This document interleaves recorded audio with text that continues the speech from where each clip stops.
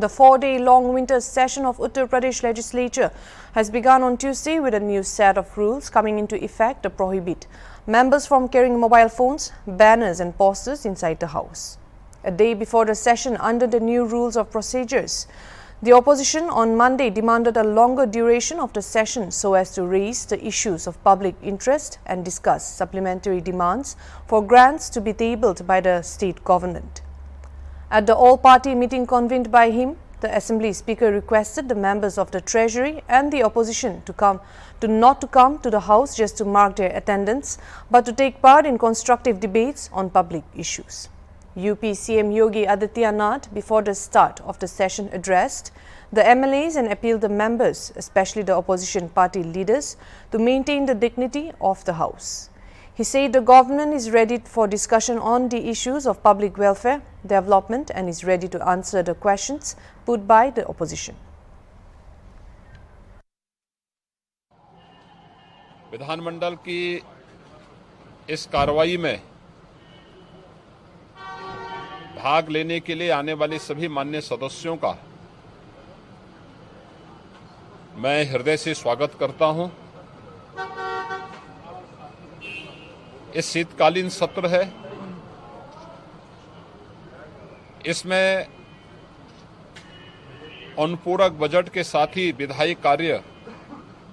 जो लंबित हैं वह भी पूरे होंगे। उत्तर प्रदेश विधानमंडल ने अपनी कार्रवाई को सुचारू रूप से संचालित करने, गरिमापूर्ण तरीके से संसदीय लोकतांत्रिक प्रणाली को पुष्ट करते हुए बहुत महत्वपूर्ण मुद्दों पर पिछले 6.5 वर्ष से चर्चा परिचर्चा को आगे बढ़ाने में एक नई सफलता प्राप्त की है। पिछले 6.5 वर्ष के अंदर उत्तर प्रदेश विधानमंडल में कार्रवाई जिस गरिमापूर्ण तरीके से लोकतंत्र की सच्ची भावनाओं का प्रतिनिधित्व करते हुए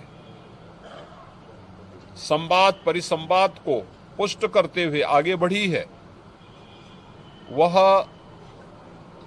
लोगों के लिए कौतूहल और आश्चर्य का विषय भी बना हुआ है, क्योंकि यही सदन था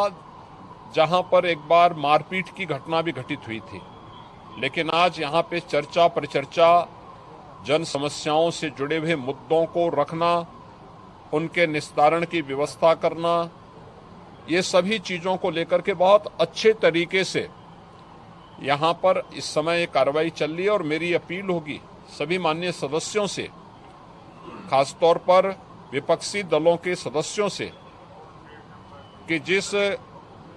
गरिमापूर्ण तरीके से उत्तर प्रदेश विधानमंडल देश के अंदर वर्तमान में चर्चा में है, उस गरिमा को बनाए रखने की जिम्मेदारी केवल सत्ता पक्ष की नहीं, विपक्ष की भी है। हम उस गरिमा को बनाए रखने में अपना योगदान दें और कोई भी मुद्दे हैं जनहित से जुड़े हुए, डेवलपमेंट से जुड़े हुए, लोक कल्याण से जुड़े हुए, उत्तर प्रदेश से जुड़े हुए, उन सभी मुद्दों पर सरकार चर्चा परिचर्चा को तैयार है। विपक्ष के द्वारा उठाए जाने वाले हर प्रश्न का जवाब देने को सरकार तैयार है। पूरी तैयारी के साथ वहां पर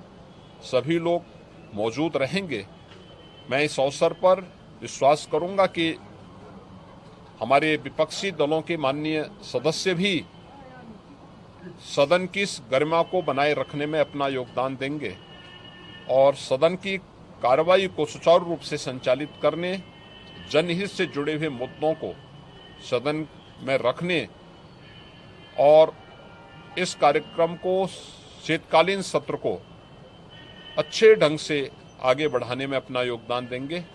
मैं सभी माननीय सदस्यों को जो आज इस शीतकालीन सत्र का भाग बनने जा रहे हैं, उन सभी को मैं हृदय से स्वागत करता हूं, अभिनंदन करता हूं।